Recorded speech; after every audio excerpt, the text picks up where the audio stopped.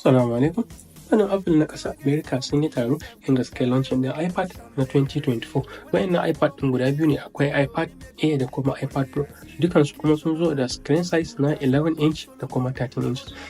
Ita dai iPad Air ta zo da M2 chipset wanda za ka iya amfani da shi, kuma yana da performance sosai don akwai laptops ma na Apple da ke da wannan chipset. Sannan farashinta yana farawa ne akan dala Amurka 599 da kuma 799. Sannan kuma za ka iya samun ta da best storage, wato storage da za ka fara da shi 128 gig zuwa 1 terabyte.